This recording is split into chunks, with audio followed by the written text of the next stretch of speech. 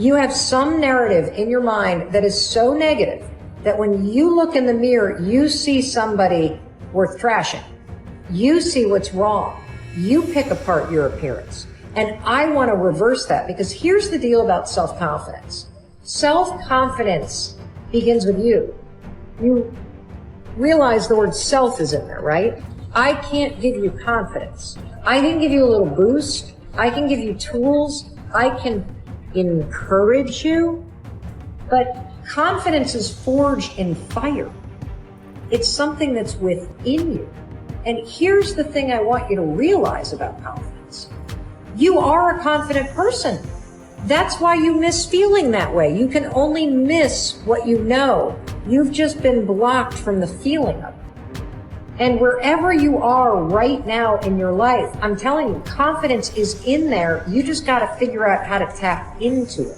If you're holding on to something that does not serve you, you are making a terrible error. It's going to cause all kinds of problems. You may blame other people or other things. You may blame the situation. It's you are the cause of the problem.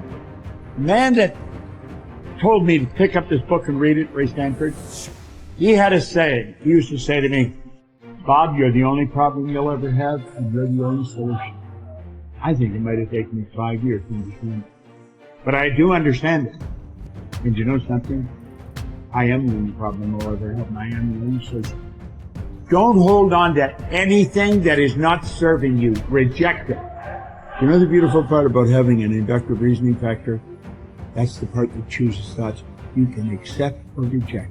The beautiful part of your mind, you can accept or reject anything that comes into your world. Accept or reject it. It's a choice.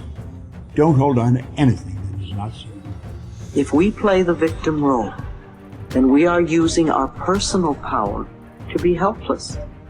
If we decide to accept responsibility, then we don't waste time blaming somebody or something out there. Some people feel guilty for creating illness or poverty or problems. They choose to interpret responsibility as guilt. And some members of the media like to refer to it as New Age guilt. These people often feel guilty because they believe that they have failed in some way. However, they usually accept everything as a guilt trip in one way or another, because it's another way to make themselves wrong. And that is not what I'm talking about. If we can use our problems and illnesses as opportunities to think about how we can change our lives, we have power. Here's something I want you to keep in mind. Life, fight for territory. And once you stop fighting for what you want, what you don't want will automatically take over. In the past, if you look at it, people have perceived themselves as victims of everything around them, victims of circumstances.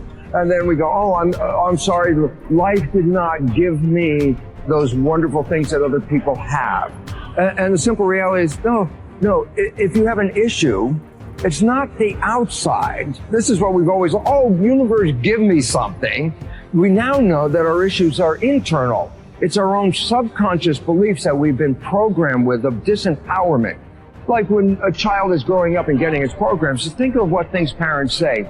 Oh, you don't deserve this. Who do you think you are? I mean, the parents didn't mean that for your whole life. They were trying to, goad you, needle you to make a change. So they would say these things. 95% of our life comes from those programs.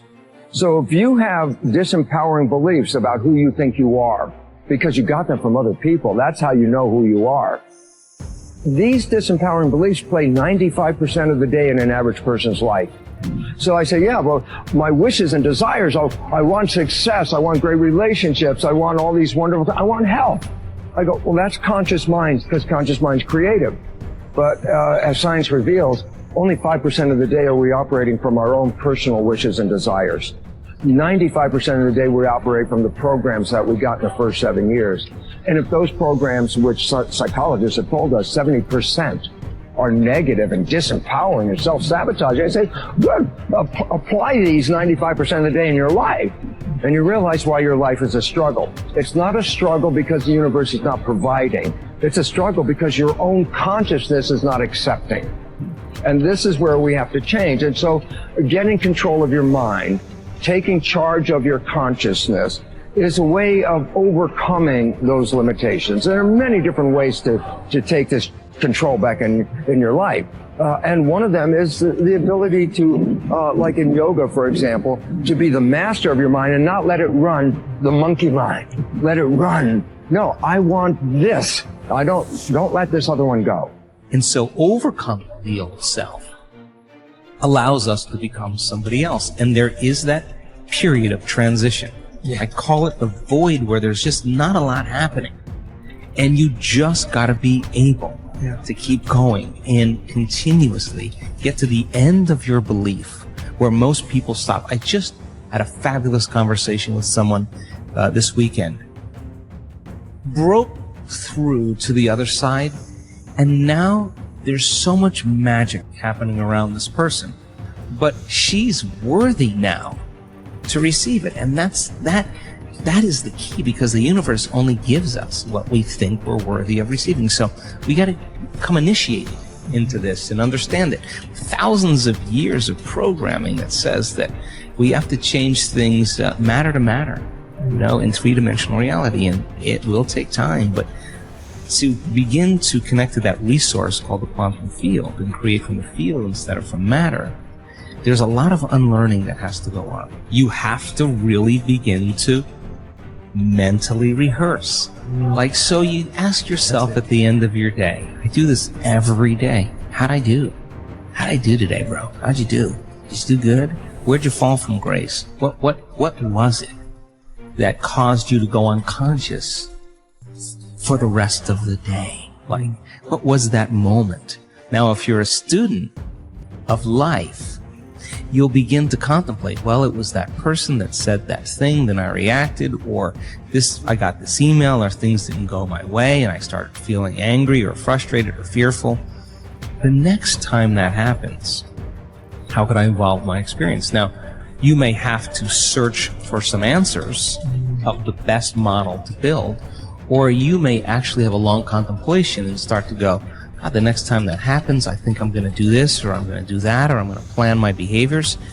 And the act of closing your eyes and rehearsing what you're going to do begins to install the neurological hardware in your brain to look like you already did it. Now the brain is no longer a record of the past. Now it's a map to the future. And if you keep installing that hardware, the hardware will become a software program, which means you'll just start acting like a happy person. Why? There's no magic there. You installed the circuitry. So that's more important than the news. Right. It's more important than answering any email or any text.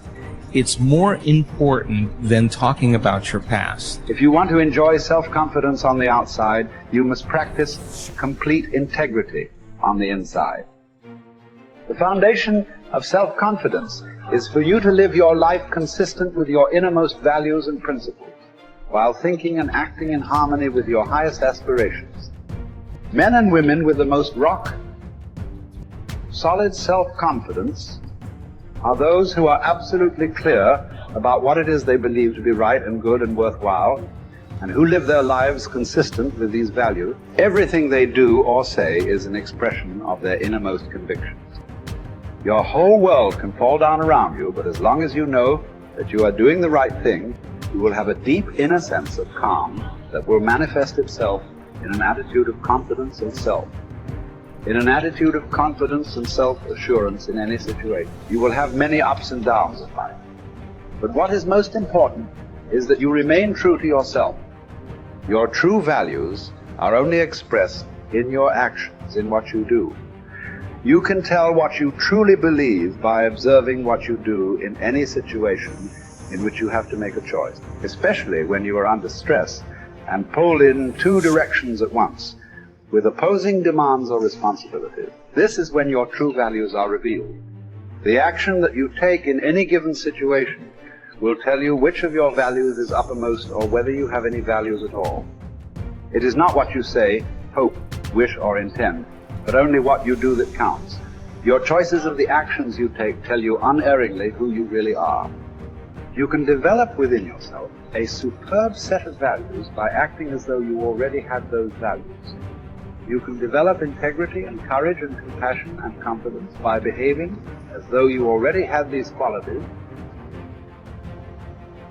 The more you act the part, especially when you demonstrate these qualities under stress or when you feel like doing or saying something else, the more rapidly these qualities become a permanent part of your mental makeup.